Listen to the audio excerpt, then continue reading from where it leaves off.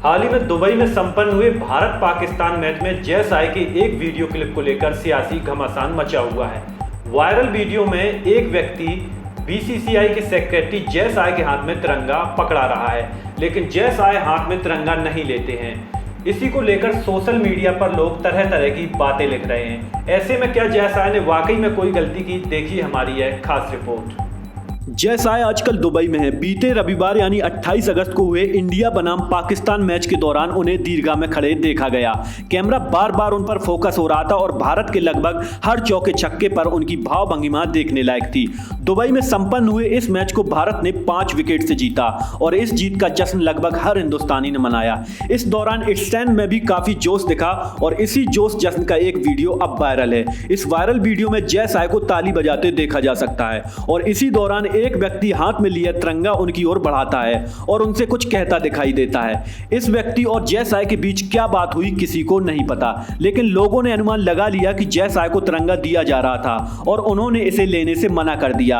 अब इस बात के 2 पहलू हैं। पहली बात, ये कंफर्म नहीं है कि जयसाय और उस व्यक्ति के बीच क्या बात हुई और इस बात में तिरंगे का क्या रोल था, और दूसरा पहलू यह है कि हो सकता है उस व्यक्ति ने जयसाय को तिरंगा ऑफर किया हो और जयसाय ने लेने से मना कर दिया हो। अब आगे हम इसी दूसरे पहलू पर चर्चा करेंगे, क्यों जयसाय ने ऐसा करके कुछ गलत नहीं किया। सबसे पहली बात तो ये कि कहीं ऐसा नहीं लिखा कि कोई आपको तिरंगा ऑफर करे तो आप मना नहीं कर सकते, यानी ऐसा कोई नियम या कानून नहीं है जो आपको तिरंगा स्वीकार करने पर मजबूर करे, यानी जयसाय ने कोई नियम नहीं तोड़ा। अब बात नियम की आई तो जानने लायक है कि जयसाय अगर हाथ में तिरंगा लेते तो निश्चित तौर पर यहां नियम टूटते। अब वो नियम क्या हैं और कौन से हैं ये भी बता देते हैं। जैसा कि हमने बताया, जयसाय आईसीसी और एसीसी में भी महत्वपूर्ण पदों पर हैं और आईसीसी के कोड ऑफ एथिक्स के क्लॉज 2.2 यानी लॉयल्टी के अंडर आने वाले नियम संख्या 2.2.2.2 के मुताबिक एक डायरेक्टर कमेटी मेंबर या स्टाफ मेंबर किसी भी खास स्टेक होल्डर या किसी थर्ड पार्टी के इंटरेस्ट को प्रमोट ना करे। ऐसा करना आईसीसी से जुड़े लोगों और क्रिकेट के खेल के सर्वोत्तम हित में कार्य करने की उसकी ड्यूटी के खिलाफ होगा। यानी अगर जयसाय वहां तिरंगा हाथ में लेते तो यहां सीधे तौर पर आईसीसी के कोड ऑफ एथिक्स का उल्लंघन होता और माना कि हम ट्रैफिक लाइट कूद कर भागने वाले देश से हैं, लेकिन इतने बड़े लेवल पर नियम तोड़ना सही थोड़े लगता है। अभी कुछ लोग कहेंगे कि जब हर चौके छक्के पर ताली बज रही थी तो नियम कहां थे?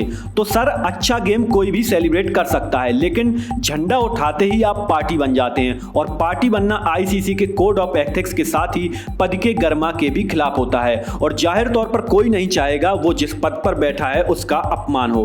हालांकि इस पूरे मामले में वीडियो सामने आने के बाद से ही जयसाय को जमकर ट्रोल किया जा रहा है। कई पढ़े लिखे तार्किक लोग भी तमाम सारी बातें कर रहे हैं और निश्चित तौर पर ऐसे लोगों को ना आईसीसी से मतलब है ना ही एसीसी से।